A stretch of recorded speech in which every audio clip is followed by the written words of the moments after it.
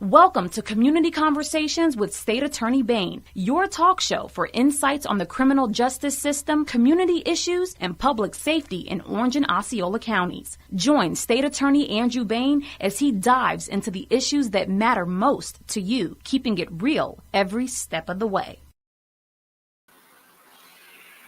Good afternoon, everyone. And listen, I don't want anyone to be alarmed, but I am Attorney Greg Jackson. It is my honor and my privilege to be sitting here this afternoon with State Attorney Bain and his lovely wife, Ms. Bain. And I am going to be conducting what some would call an interview, but what I want to say that this is more so of a conversation, a chance to get to know Mr. and Mrs. Bain. So without any further ado, let's just get into it and let's just have a great conversation with a State Attorney Bain and his wife. So let's just get it started this way. How did y'all meet? How did this union come to be? So I guess the best way to describe it, we have a mutual friend that I went to undergrad with, and she was like, "I'm going out with my friend, and we're going to go out to this party." And I'm like, "You want to go out?" And I was like, "Well, I'm heading to a reggae party down in Miami, off on the river." And so she brought her friend, and that was me. Yeah, they brought her friend, and then we kind of kicked it off from there. Yeah. So I was in med school and I was studying for my boards. And so I needed a break. So I called my friend up and she said, "Hey, I'm going to go out. I'm meeting one of my friends." I said, "Okay, great." And then we met, and then that was kind of it. Yeah. My externship was like maybe 2 minutes from where Andrew lived at the time. Oh, wow. So it was very convenient. And kind of moved in, never left, and got married 11 months later. And how long has that been now? 17 years now. 17 years. Yeah, 17 years of marriage. So you all could have pretty much gone anywhere where you wanted to go. Why Central Florida? Why is Central Florida home for you all? Well, for me, my parents, they lived here. I went to school at UCF. I was raised in Minnesota, and when it was time to go to school, I moved down here. I kind of convinced my mom that it was a good idea because grandma lived in Kissimmee at the time, and I found out about UCF. I ended up moving down, and about 3 years later they moved down to Orlando while I went to med school in Miami. And then when it was time to kind of set up life, I was telling Andrew, we didn't have kids at the time, but I said, "Okay, I think we need to live by someone's family. We need help." So we kind of set up shop here. My parents are here, and just so happened that Andrew's parents are also here. They moved up from South Florida about 3 years ago, and so we have both sets of grandparents here to help us with the kids. Outstanding. So when we talk about the family unit, it sounds as if you all have a great deal of support with the parents and everyone being here. In terms of your kids, how are they adjusting to being Central Floridians and being here in this community? That's all they know, I guess. They so they love being with their grandparents, and I spend a lot of time making sure cultivating that relationship with the grandparents, because I think it's very important for them to have that history. So there's only so much, parents can teach them. So they need to learn some of that information, that knowledge from their grandparents. So they thrive off of spending time with their grandparents, and they really still enjoy it. So it's part of what we kind of wanted to accomplish as parents. Gotcha. So I know that folks have heard a lot about what you do, State Attorney Bain, and the work that you're doing in the community and things of that nature. But let's have a little bit more of a conversation about how that deals or how that works into the family. And I want to talk to Dr. Bain a little bit. I'm just going to turn this way a little bit. And I want to talk to Dr. Bain a little bit. How is it that you all have adjusted life to having State Attorney Bain in the home? How have things changed, if at all, for you all? It's a lot. It's a lot of work and support. It takes preparation. I know in the day, just because the week gets very hectic, so we try to kind of pre-plan what we have going on. There's a lot of moving parts, so being very flexible is like a huge factor for this. The kids are very supportive as well, so they know that like we have to be out in the public a lot, so they understand, Daddy has to do his job, and mommy's there as well to support. Um, I think a lot of it just has to do with just planning and prepping for maybe what's to come, but it can change, and being fluid with that. And I try to do as much as I can for Andrew. Just when he comes home, that it's just kind of easy, simple. Try to do as much as I can before he gets there, so he can just spend time with the kids, have some fun. We can have fun as well, and kind of reset for the next day. So this is a question that folks have kind of asked me to ask you, State Attorney Bain. Yes. You go from Attorney Bain to Judge Bain to now State Attorney Bain. Through those various iterations of who you have been, how has life changed for you, if at all? I think for me, it's been just I guess a full blown showing of what God's been doing my whole life. And so a lot of the things that I do right now are things I have been doing, like even since high school. So it's not like something new that I'm creating or trying to figure out. Like I've been working in these communities, working in these types of neighborhoods for my whole life. So I had a peer tutoring program when I was in high school for kids that I went to school with. And so those same kids that I went to school with are the same kids that I deal with now in our juvenile justice system and in our communities, and the same adults that I grew up in those neighborhoods, the same adults that I kind of deal with now. And so it's a familiarity of what I've been doing. And this just been kind of the next step in the iteration of that development. And so being able to affect the changes that we want to see in our community. Now, Dr. Bain, you mentioned something, and I want to kind of circle back on that because I hear State Attorney Bain talking about the things that he's been doing and what he's been preparing for. But how has it changed in terms of going to the grocery store now? Is life the same when he was Attorney Bain? And when he was it the same walking into a grocery store with this guy? Well, now they recognize him without a bow tie, so that gets interesting. Andrew's been the same Andrew that he's been since day one. So people knowing who he is was something that was going on even when we were in Miami when he played football. So it's not anything new. I think it's great that when you live in the community that people like know who you are. And even for myself, like with my patients, it's like when you run into people and they can express themselves like in a more natural setting, I think it's great that they feel open enough to do that. And I enjoy it. And I think the kids like it too, just because it's a new face, someone new, they're sharing a story, and sometimes it can be something very personal. And there's just a wide range of stories that are being told, and just to put a face and an actual human and a person to that, it's not just a story. So that's been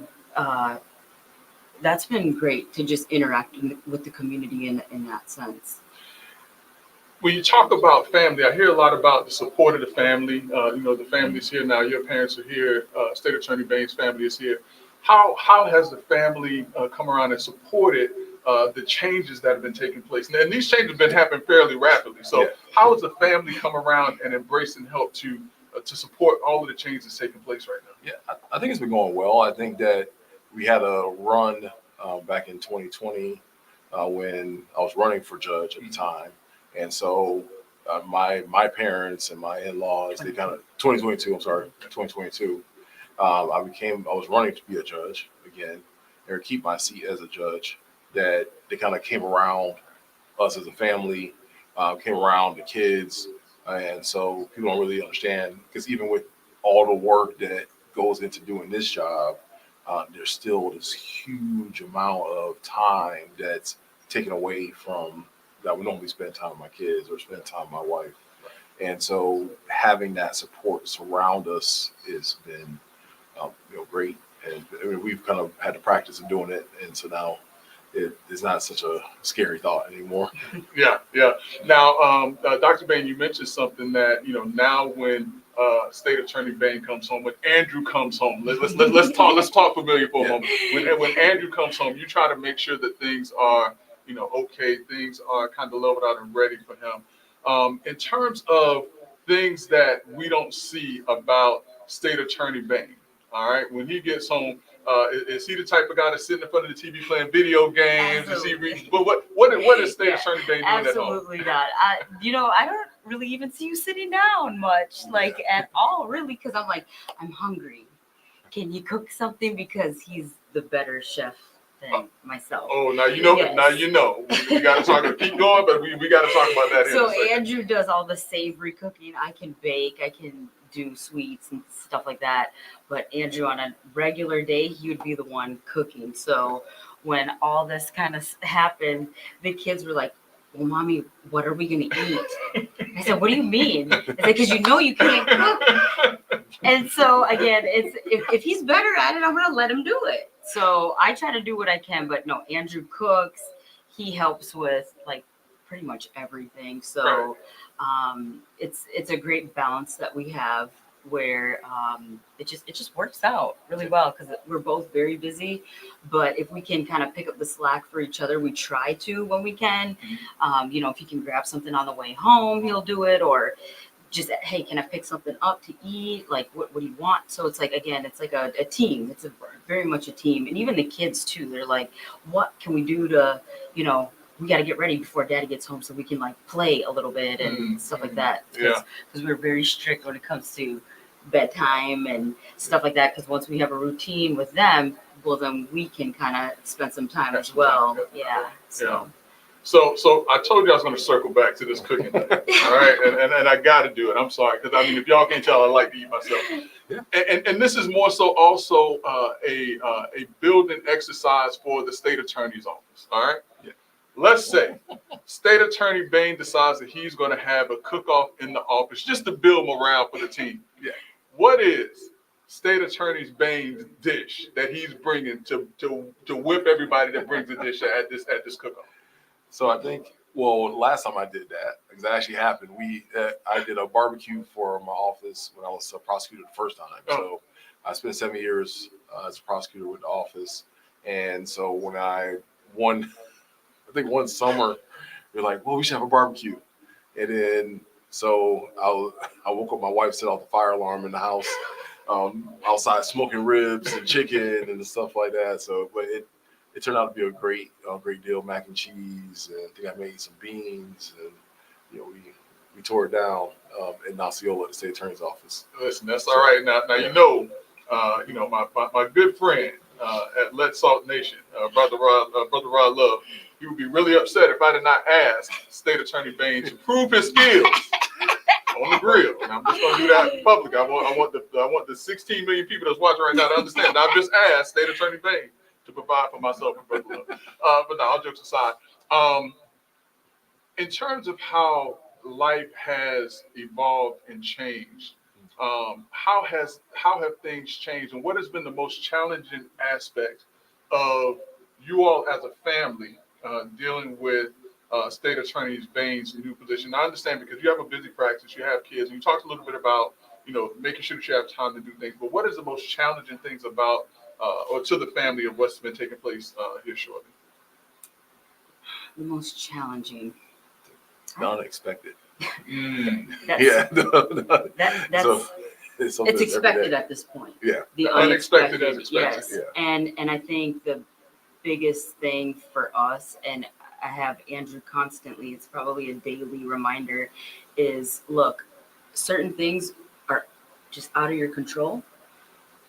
Give it up to God, let God handle it. And I think that's something that came along the way where you just accept that, do your mission, do the best you can, and you let some things just go and just let it happen the way that it should. So that's something that I had to learn really through our marriage. That's something that Andrew has always kind of told me, look, there's only certain things that you're going to be able to control.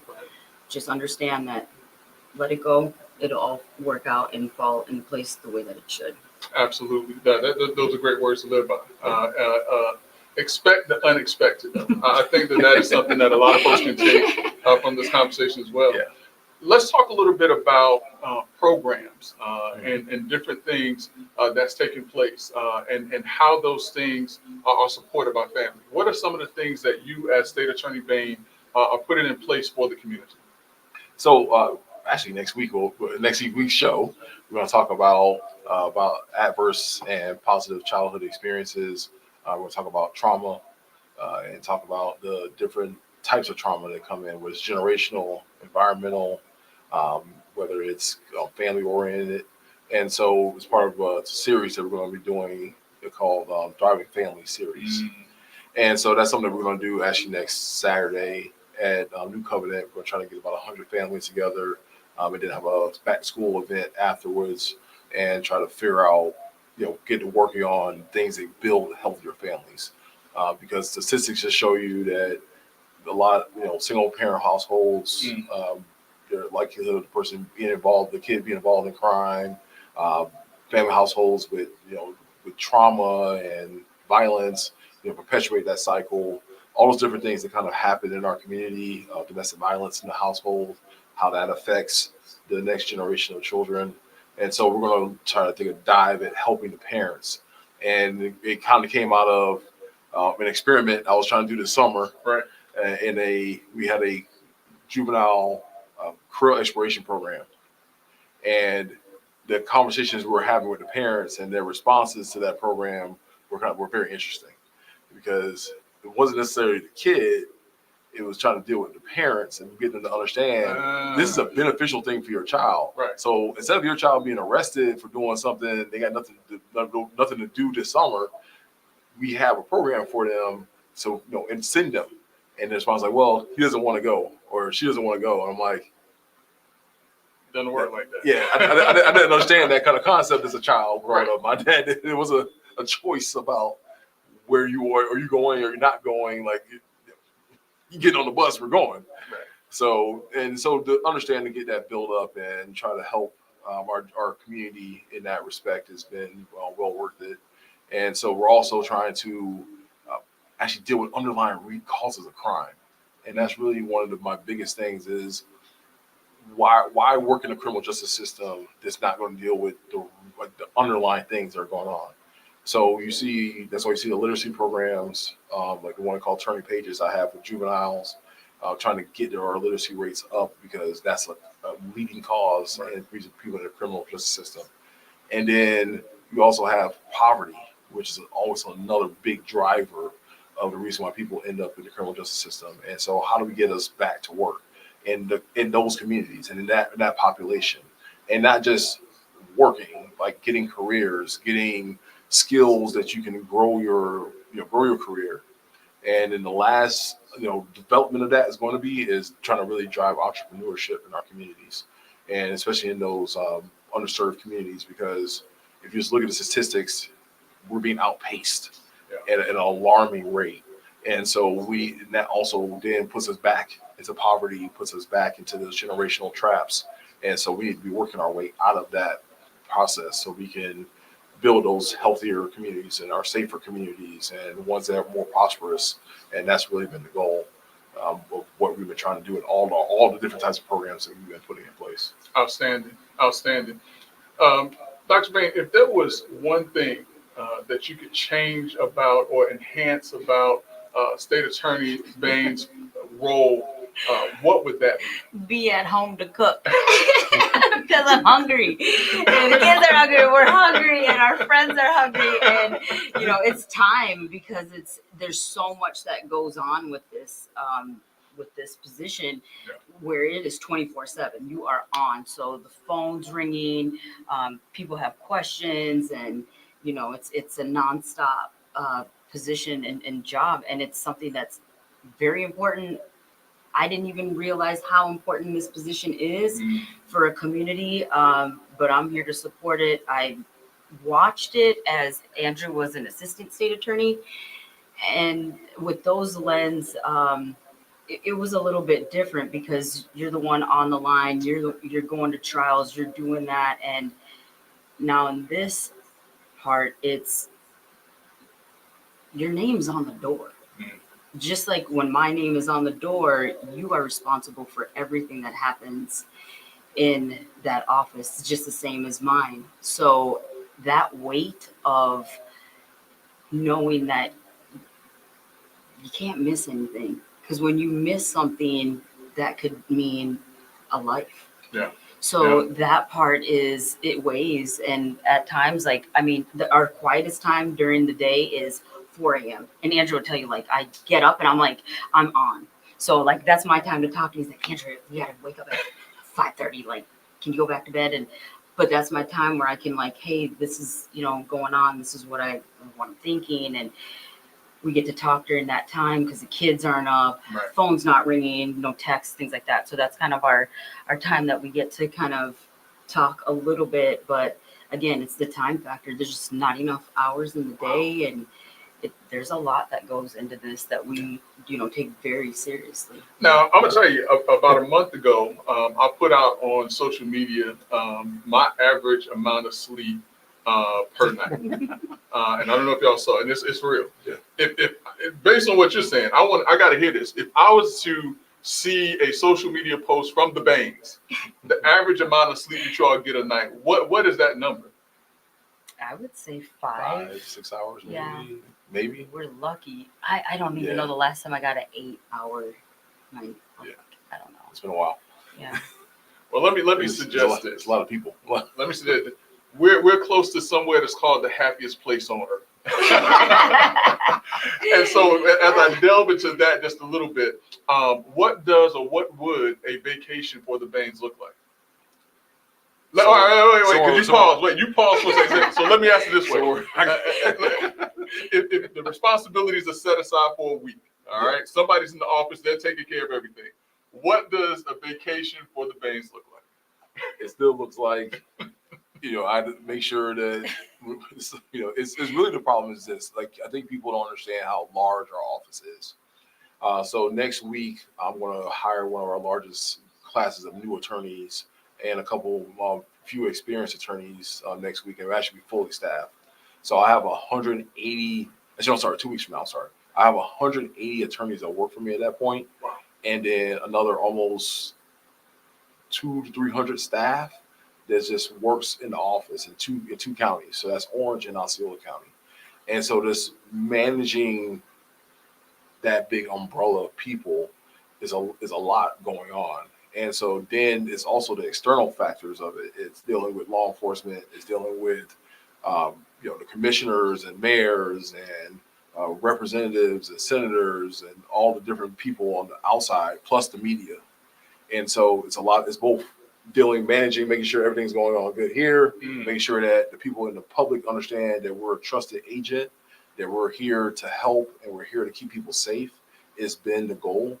And so in trying to keep all that in one whole is where, it's all where all the work comes in and trying to things like that. So it would be a vacation where, like, everybody put their guns down everywhere. Nobody does anything violent for a couple of days. Just give me a couple of days, to hold off on committing violent acts. And, as I go somewhere where I don't have cell service, so the phones don't ring. So what you're describing is a movie called The Day the Earth Stood Still. That's what you're basically explaining to me right now. Everybody put their guns away. Make it happen. So I'm hearing, State Attorney Bain is on, ready to do the work, 24 hours a day, has a loving, supporting wife and family that's there to support what you're doing, man. That is outstanding and fantastic. How does that make you feel? To know that you have this support system, because a lot of folks don't have that. Yeah. How does that make you feel to have that support system in place? Well, it's been that way since the beginning. I mean, so we kind of skated over like how we met, kind of thing. But there were immediately ups and downs. Like so, as soon as we got married, so my wife she had just graduated medical school at Barry. And then she was supposed to start a residency program in Miami. So we had no real plans of leaving Miami at that time. Right.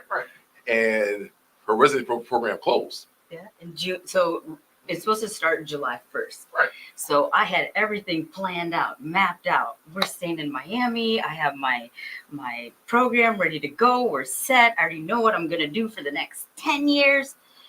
And then I get a phone call 2 weeks before the program is supposed to start saying that they're closed.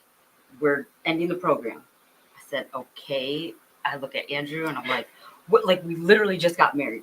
Like, okay. And the way how we got married, so we did it really nice. I said, Andrew, let's go to the courthouse. Let's get that paper. Let's sign right here at this table. Get it done. Yeah, that we still have. Mm. And yeah, so it was very simple and easy. I mean, we were college students. We didn't have much, but it worked out great.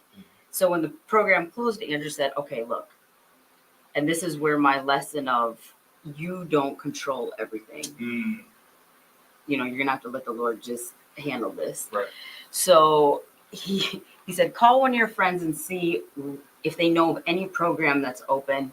And so I just called one of my friends. She goes, you know what? There was someone that was supposed to graduate and didn't. And there's a place open in Jacksonville. I don't know which program.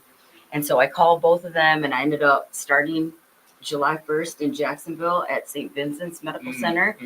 And it worked out. So Andrew was, you know, helping me during that time. And then it's been kind of flip-flopping, I guess, between, I mean, when I was starting my practice, you were in law school. And, you know, we just kind of, it's been kind of a back and forth.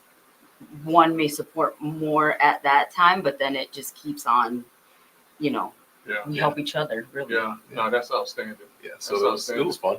Yeah. Well, I mean, like I tell everybody, like we spent the majority of, so we were married. So we said we've been married for 17 years, but we spent about 5 or so of those years separated. Oh yes, that living too. in different cities. So Wow, when she okay. moved to Jacksonville, I was still playing ball in Miami. Yes. Right. So I didn't leave. I didn't like, you know, so I had to finish my time there, and then we had a short little time together before I started really training hard. I moved back to Miami. Then I was in New York, New Jersey, with the Giants. Right. And so then I was there doing that, and then, you know, we got back together for like a few little bits. And I started working at Merrill Lynch, doing some financial compliance work. And so that was like a few months we lived together. And then you went to law school. No. The racing program ended, remember?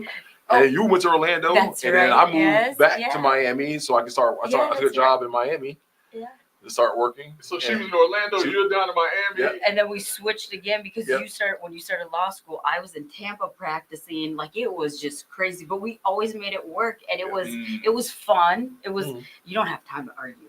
So it's like, it's always great. And then when we did get a chance to finally move in with each other, we lived with my parents, remember? Yeah, because she's like, oh, I'm in law school. And like, I was in law school, and she's like, oh yeah, I want to start my own practice. Yes. So, and Andrew was totally instrumental in that, not only being supportive, but helping me in the legal part of it, where it's just starting it up in LLC, you know, just kind of the business aspect of it, you know, just the practice itself, because at the end, yes, we all we can have a degree, but they don't teach you how to be a business person. Right. So that part of it was a learning curve, and to have Andrew there help me with my counsel in bed, that's great. So that saved some cash flow. But it was definitely challenging at first. And again, I go back to this because Andrew said, look, you just have to believe in yourself and believe in a higher being than you can get this done.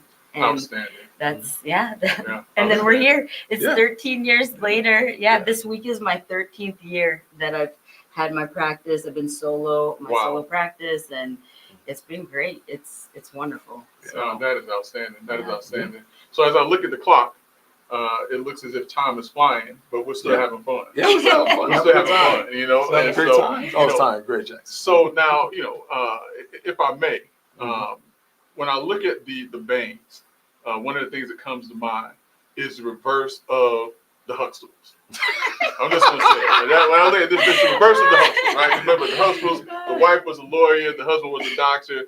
In this case, we have the husband is a judge, attorney. The wife is a doctor in this particular case. My question is this. Where are the kids going? Where are they going? Med school? Are they going to law school? Or are they going to walk that line in the middle here? It depends on the day. Because one could be a Instagrammer. Oh, no, so somebody was doing right?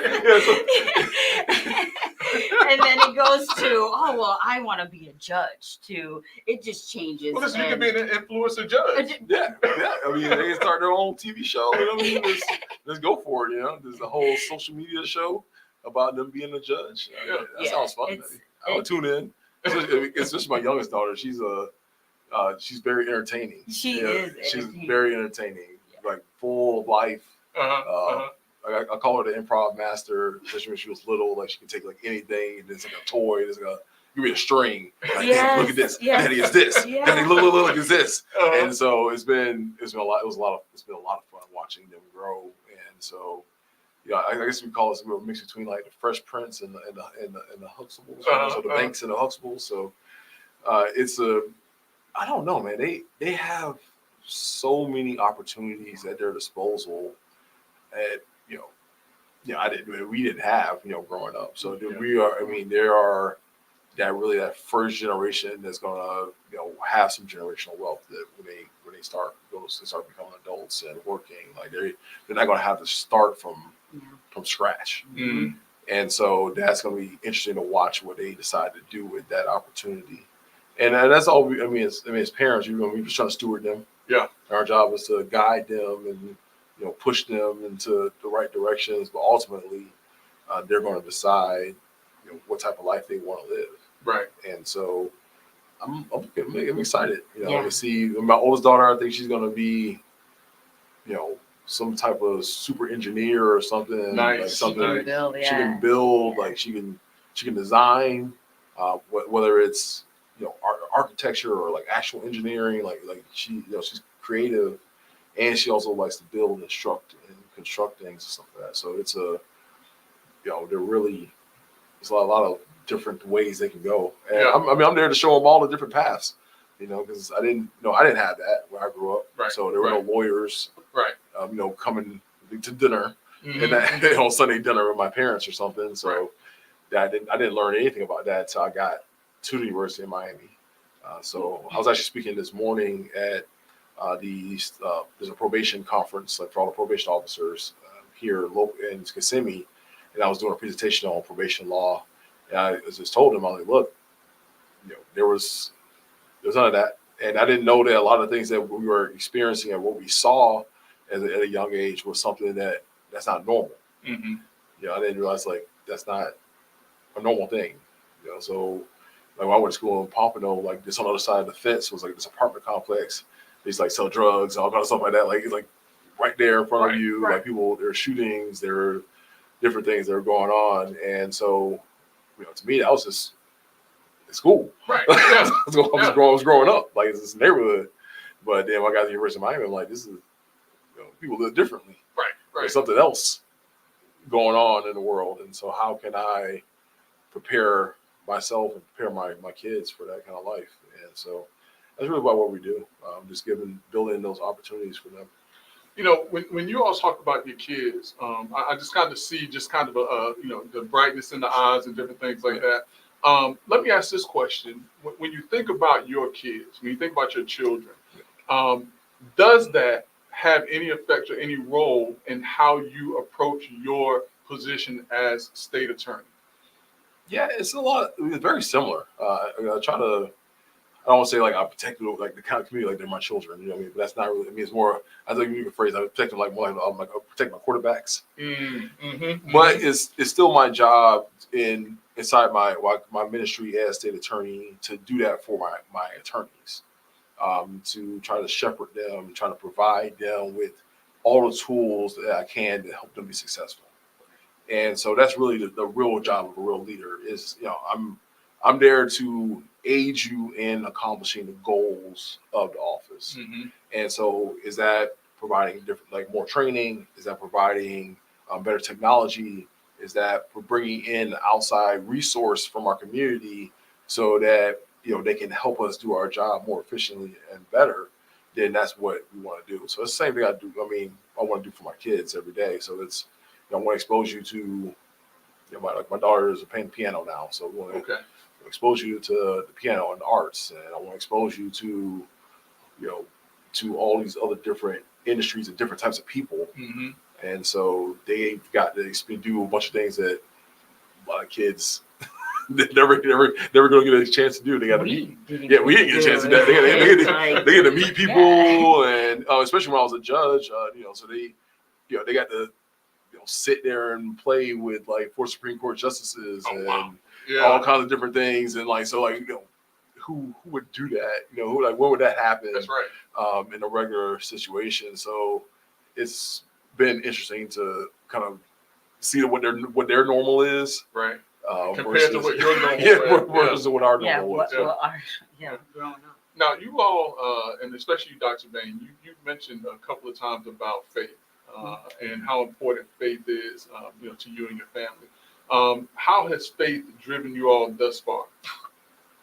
Instrumental to everything. I mean, even just from the minute you wake up in the morning to when you're able to like go to bed, it's just that, and especially for me, where I can see someone, I may see them couple times and then I don't see them for years after. And then there's some patients that I see every 3 months, and it can be just in an instant where something happens, a stroke, a heart attack, or just an accident, and your life is completely changed.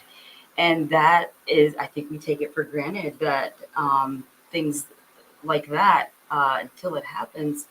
But you do have to put things into perspective. So when I'm, we have these 2 little people, our daughters, that are watching what we're doing, I really try to keep in mind, okay, they are literally watching and hearing everything that is being said and done.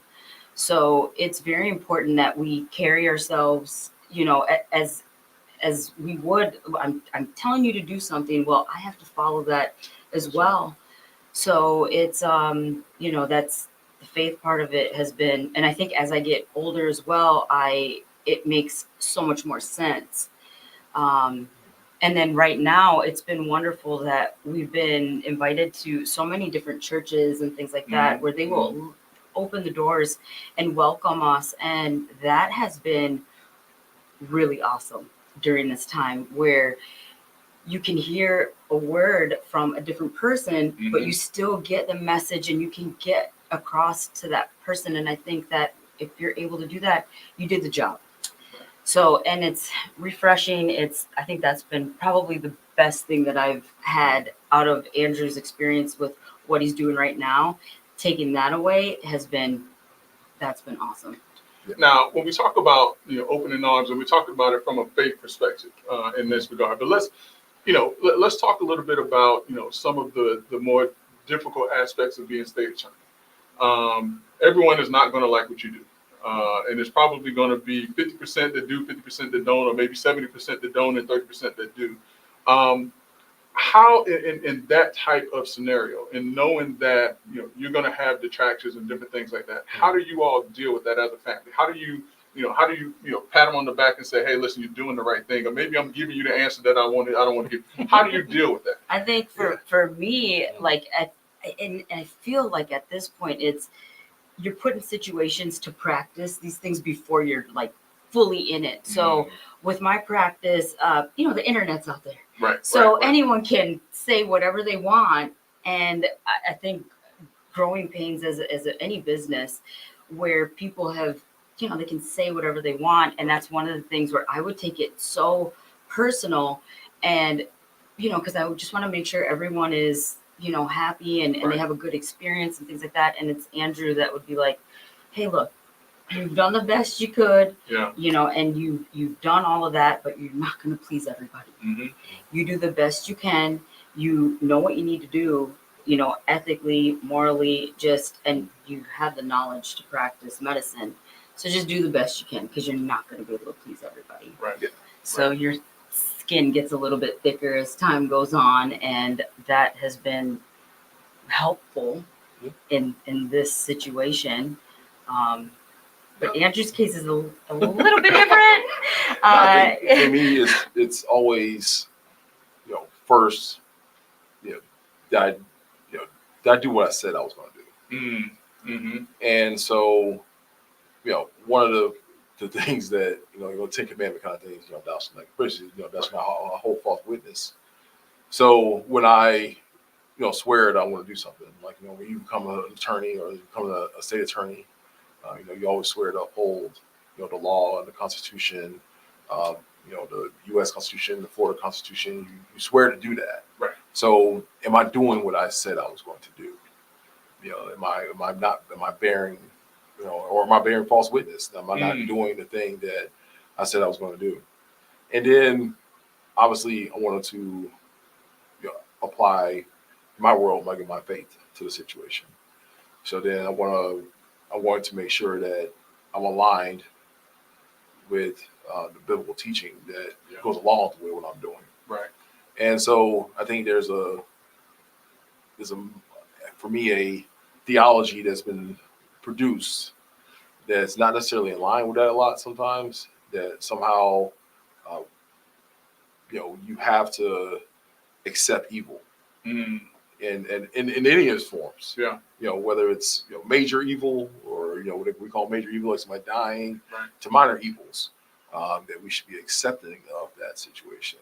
And I'm like, well, no, I don't think that God is that type of God. That would make him unjust if that was the case. So we have to make sure that that's what we're doing. Right. That we're doing what we said we're going to do. And when we are looking at, dealing with, are we combating the types of evils in this world? And so that's, part of my job. So my job is to be the shepherd, to, protect the people, fight off the wolves, not invite them to dinner. And we have to make sure that we're doing that on a daily basis. And so, we're going to continue to do that work. And that's where I find the most fulfillment in what I try to do. Now, there's some, it's definitely a lot harder sometimes to deal with the evil people in the world. Right. There's some things and some people that don't make the news that we have to talk about and see and deal with. And so trying to address those things in a way that's supposed to be an appropriate way is always, what we're trying to do. We're trying to have a fair and a balanced approach to what we're doing and make sure that we're accomplishing the goals of upholding the law and combating the evils in this world. When I hear you talk, State Attorney Bain, and I've heard you say it sometimes, and I hear it, and I also feel this way. I hear a leader. I hear protector. I hear the adjectives of an individual that is a stalwart in our community.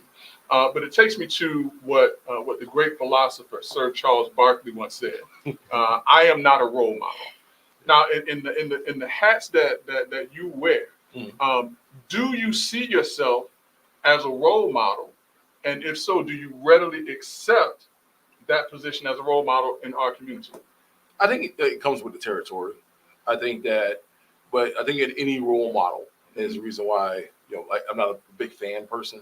For me, I've met dignitaries and, presidents and, different people from all over the world, but it doesn't, how I treat them is no different than I would treat, anybody else. If I met you on the street, I met you at church, or I met you at the grocery store, I don't treat that person any different.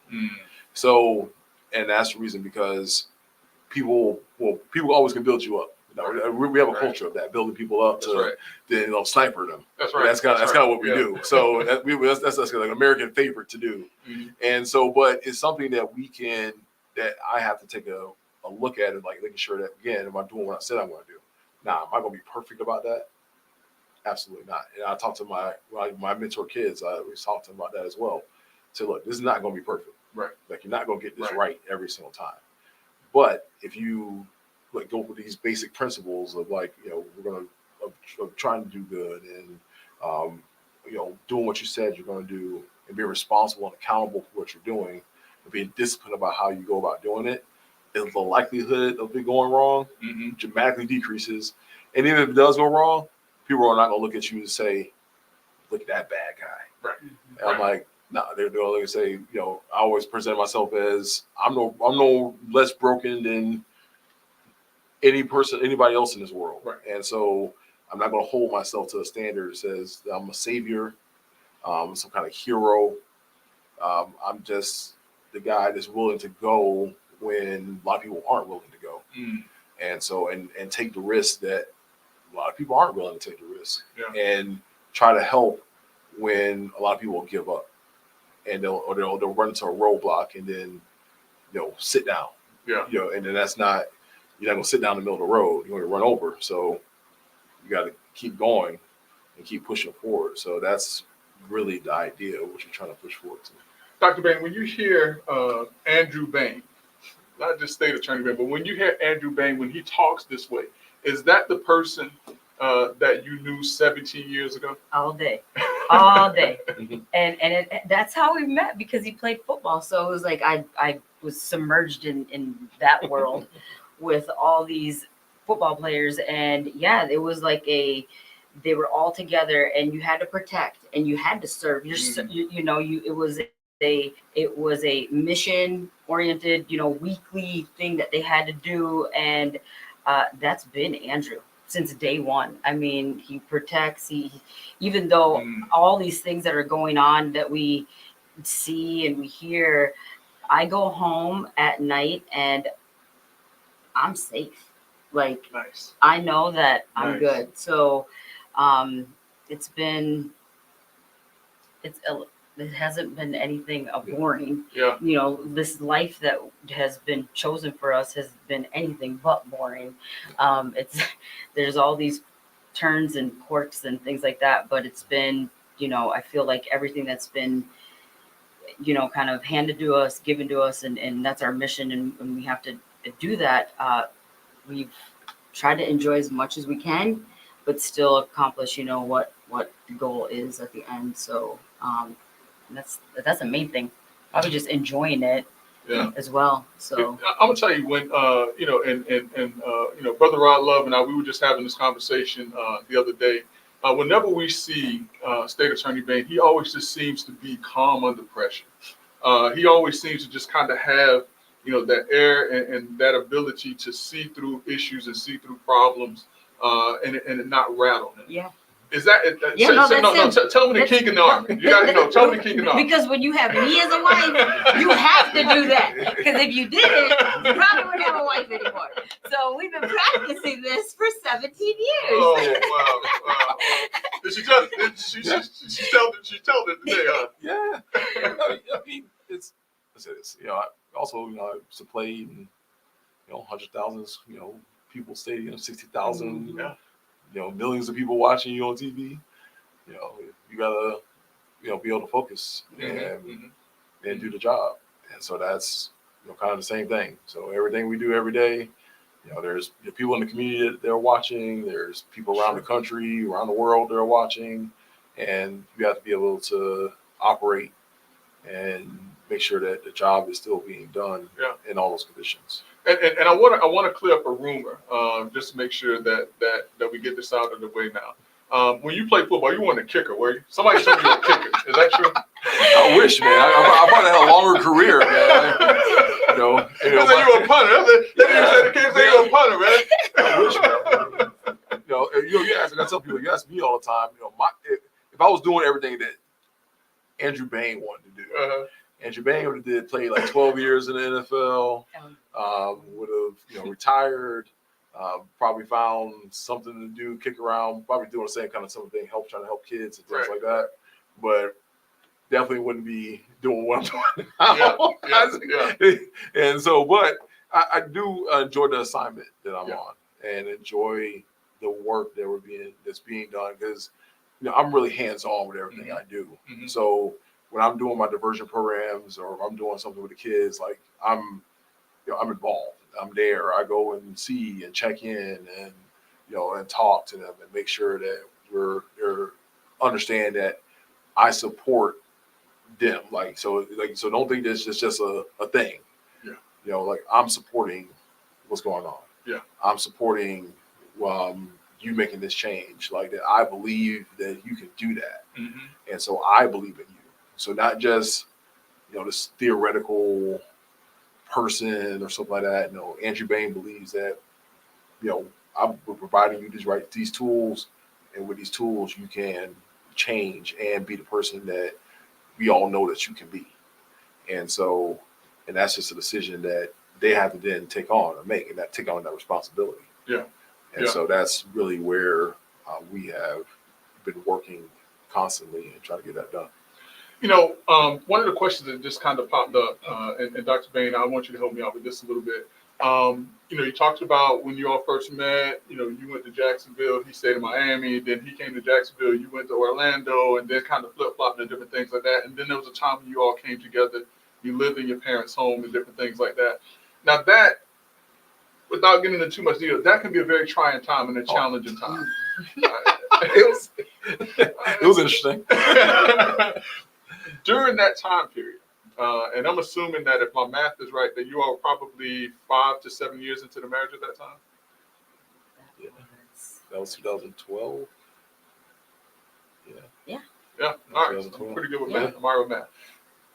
Looking back at that time and seeing where you are right now, is that something that you could have even imagined or envisioned? Absolutely not. No way. If someone were to have told me that, I would blow them off, because no way. Mm-hmm. And I think at some point I think it was very early on in the marriage where I said, I'm not even putting any restrictions on what's happening, limitations or anything, just because everything just did not go as we planned. Mm-hmm. And then I said, this is silly. Why am I wasting my energy? I said, I'm just going to go with the flow. Whatever's supposed to happen, it's going to happen. I'm going to accept it. I'm going to embrace it. I may not like it, but we're going to do it. And some things were more difficult than others, but we've had like each other. I mean, that's like the main thing. And we had time before the kids were here. So we had a good 10 years without kids. Yeah. So we got to really develop our relationship and how we deal with adversity and change and things like that. So we already had like a great foundation with the marriage. So then when you add in these life changes and events and things like that, okay, let's do it. Yeah. So, so it's been, like I said, it's been exciting. It's been, I definitely could not have dreamt this, up. And I think even our family, our parents could not. No. I don't think they still understand like truly what we do. Uh-huh. But they're great though, because they're just such a great support. And again, it's like growing up where we tell our kids, hey, you can do anything. Yeah. I think when my mom told me that, she didn't realize what she was saying. Because it's like, I think sometimes she's even like, okay, like, I mean, I did say that, but were you really gonna do? Were you really gonna do that? So, it's been wonderful to have the support again as a parent of our parents, and supporting our kids. And like I said, they're watching everything. Yeah. And this is a nonstop deal. Yeah. Now, Dr. Bain, you have been very upfront and honest about the fact that State Attorney Bain, that he's the cook. That he's the one that the kids look forward to having meals from. State Attorney Bain, what is it that your wife would take you to the woodshed on? If it's not cooking, what would it be? To the woodshed on anything. Well, I can't bake. I mean, I as I say, I have like basically one dish that's like a version of it's just two different ones. Uh-huh. I make a banana bread. Uh-huh. I make a banana bread muffin. And that's like it's good. It's good. That's about as good as my baking. She said it'll work. It works. Very simple recipe. Don't keep it, and it allows for error. Uh-huh. So it doesn't. You can't mess it up that bad. Uh-huh. So as definitely she's definitely the better baker and those type of things. She does a great job. So it's a great team effort. Yeah. So you go to our house, you get meal for me and then dessert for my wife. Yes. And there you go. Chocolate chip cookies are amazing. So so if all else fails, we will have a food truck. Yes. We got a food truck. I have a skill. We will turn it into something. We'll have some pies and cakes and cookies and some pies, cakes, and cookies. I'm gonna be the first one in line. Trust me. That's what we do though. I mean, but that's been the mindset. I mean, it's been the mindset. For me since I was a kid. I mean, I've always been on the hustle. So, I got 10 toes, and I was all over Broward County when I was a kid. So, I mean, trying to make $1 here, $1 there. Yeah. Doing different things. So that's always been the mentality. So, it's just iterations of different things. So it's been a great opportunity, great ability for us as a family now. We kind of do the same thing. I'm trying to build a family hustle. And whatever skill, that God gives you or gift that He gives you, you got to use it. Yeah. And so that's really the idea that we've been pushing. Well, listen, we've been having a lot of fun here, and as we prepare to just kind of wrap up and everything like that. And again, I just want to say it's been an honor and a privilege to sit here and talk to you all, get a chance to know y'all a little bit better. I mean, we already speak, but to have a chance to just talk to y'all about just normal, everyday things, about family, about kids, about, the past and life experiences. This has been an amazing experience for me, and I hope that it's been an amazing experience for you and for everyone that's listening. And I just want to say, on behalf of my good friend, my compadre, my brother Rod Love, that we've watched you as a family unit, not just you, State Attorney Bain, but we've watched you all as a family. And it's amazing. I mean, absolutely amazing to see the supportiveness of you all as a family unit. Anytime there's a conversation to be had with State Attorney Bain, Dr. Bain is not far away to support what's taking place. And so as we prepare to wrap up, I want to give you all an opportunity to just talk about how important, being that family unit is, and how, that's going to continue to benefit this great community in Central Florida, Orange County, our only county that we have. Yeah, I think it still goes the same thing. First Peter tells you, if you're going to serve, do it with your whole heart. Mm-hmm. And so that's really kind of what our idea of when I talked to her about doing this. So it was, first I prayed, got an answer. It was like, well, this is happening. And then after that, it was, talking to my wife, like, hey, this is kind of where we are. And, knowing that, she's going to, she's down for whatever we're doing. Yeah. And I think it's one of the things it's one of my motivational Monday thing that I was doing this week is, to choose to love the things that I love over the things I'm afraid of. So a lot of people are afraid of, rejection. They're afraid of being doubted. They're afraid of being hated sometimes. Yeah. They're afraid of afraid of results of not getting to what you wanted to be. But for me, the lesson that my dad taught me, if I choose instead to focus on the things that I love. So what are the things I love? I love my God. I love my family. I love my community. Those are three things that I really love. So if I focus my energy on that, then we're going to be successful. Right? We're going to be successful as a family. We're going to be successful as a community. And if I can do anything to better the lives of the people that I do life with, then that's what I want to choose, because that's the thing I love over, the rejections and the fears and the people doubting and all kind of things like that. That's really what you got to do, because if you spend your time focusing on all of that, then you're never going to get to the mission that God sent you to complete. So that's really where we kind of drive it home at that point. Outstanding. Dr. Bain.